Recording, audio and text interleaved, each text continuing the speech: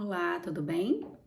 Dando continuidade aqui aos nossos vídeos, falando um pouquinho da minha semana enquanto especialista em patologia do trato genital inferior, eu queria trazer três situações para vocês. A primeira delas é com relação a um caso que eu atendi uma paciente com tricomoníase.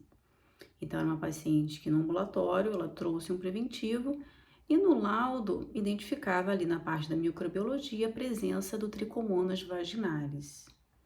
Então, assim, alguns alertas. Primeiro, a tricomoníase talvez não seja tão rara quanto a gente imagina.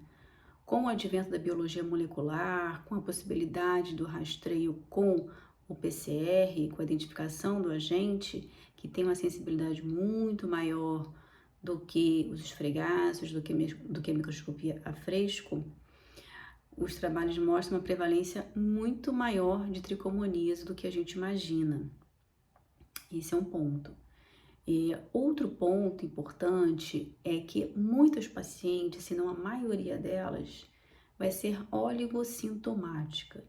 Então, não necessariamente ela vai chegar para você com um quadro clínico inflamatório, exuberante, ali na região cervical, vaginal. Então, muitas delas praticamente não vão ter sintomas, ou vão ter sintomas leves. Você acha que é só uma vaginose bacteriana, mas ela também tem ali uma ardência, às vezes um desconforto na relação sexual, um sangramento ali na manipulação do colo. Então, muitas e muitas serão oligossintomáticas. Então, volto a dizer, não pense que é uma doença tão rara assim. E dois, não pense que a paciente também vai chegar com um quadro inflamatório importante.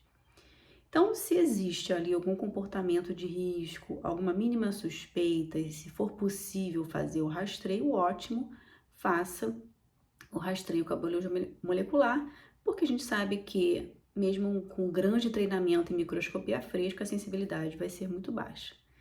A cultura tem uma sensibilidade um pouco maior e talvez seja uma alternativa ali nas situações que você não vai ter a biologia molecular disponível.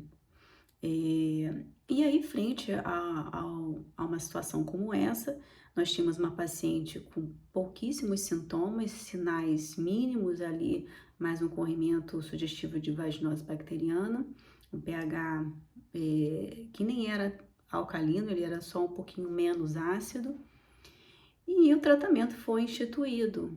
E só lembrando também que o tratamento atual, segundo a atualização do CDC de 2021, idealmente é feito com o metronidazol por 7 dias. Então, doses únicas não são recomendadas, não são ideais, para tricomoníase, porque os trabalhos mostraram maior taxa de cura clínica quando você fazia o esquema estendido de 7 dias. Então, para ela foi orientado esse tratamento e também para suas parcerias, especialmente a dos últimos 2 meses. Então, essa é a lembrança com relação à tricomoníase. Uma outra situação, uma paciente com um quadro de cervicite, um colo um pouco friável ali a manipulação. E nesta situação foi possível que a gente fizesse a pesquisa molecular do agente. A gente sabe que os principais causadores de uma cervicite ali, agentes infecciosos, são a clamídia e o gonococo. E para essa paciente nos deparamos com a presença do gonococo, da Neisseria gonorreia. E também foi instituído o tratamento padrão, atualizado pelo CDC 2021, com ceftriaxone.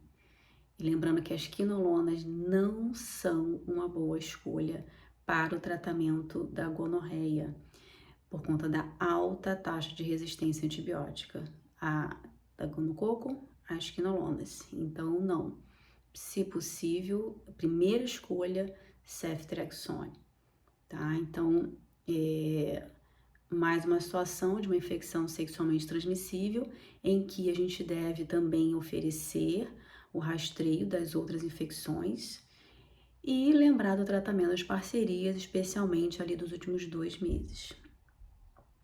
E a terceira situação, para fechar aí os principais pontos, lembranças da semana, foi uma paciente que tinha um quadro de líquen escleroso vulvar e ela referia o uso irregular do corticoide ultrapotente, do propionato de clobetasol. A gente sabe que o corticoide ultrapotente, ele é a droga de escolha para o tratamento, porque ele é a droga aprovada até o momento que vai ter a capacidade de evitar a progressão neoplásica. Então, o líquen escleroso é uma doença de pele que afeta principalmente a região da vulva, crônica, de provável caráter autoimune e que merece um tratamento para a vida toda, porque é o grande fator de risco para o câncer de vulva. Então, a gente precisa reforçar com essa paciente, como foi feito com esse nosso caso, para o uso regular da medicação. Então, esse é um dos principais fatores de risco para que ela, então, evolua para o câncer, porque não está tratando adequadamente.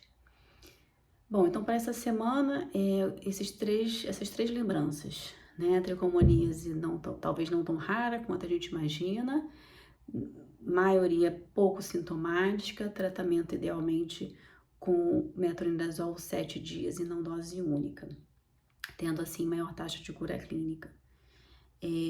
Uma cervicite, em que se for puder rastrear, avaliar a presença ali de clamídia e gonococo, e temos também doses e drogas atualizadas para os tratamentos tanto da clamídia quanto do gonococo, segundo CDC 2021.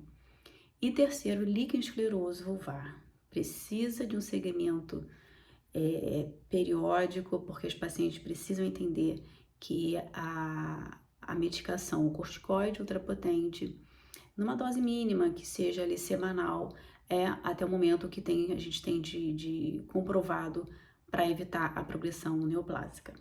Bom, essas eram as minhas lembranças, minha mensagem dessa semana. Até a próxima!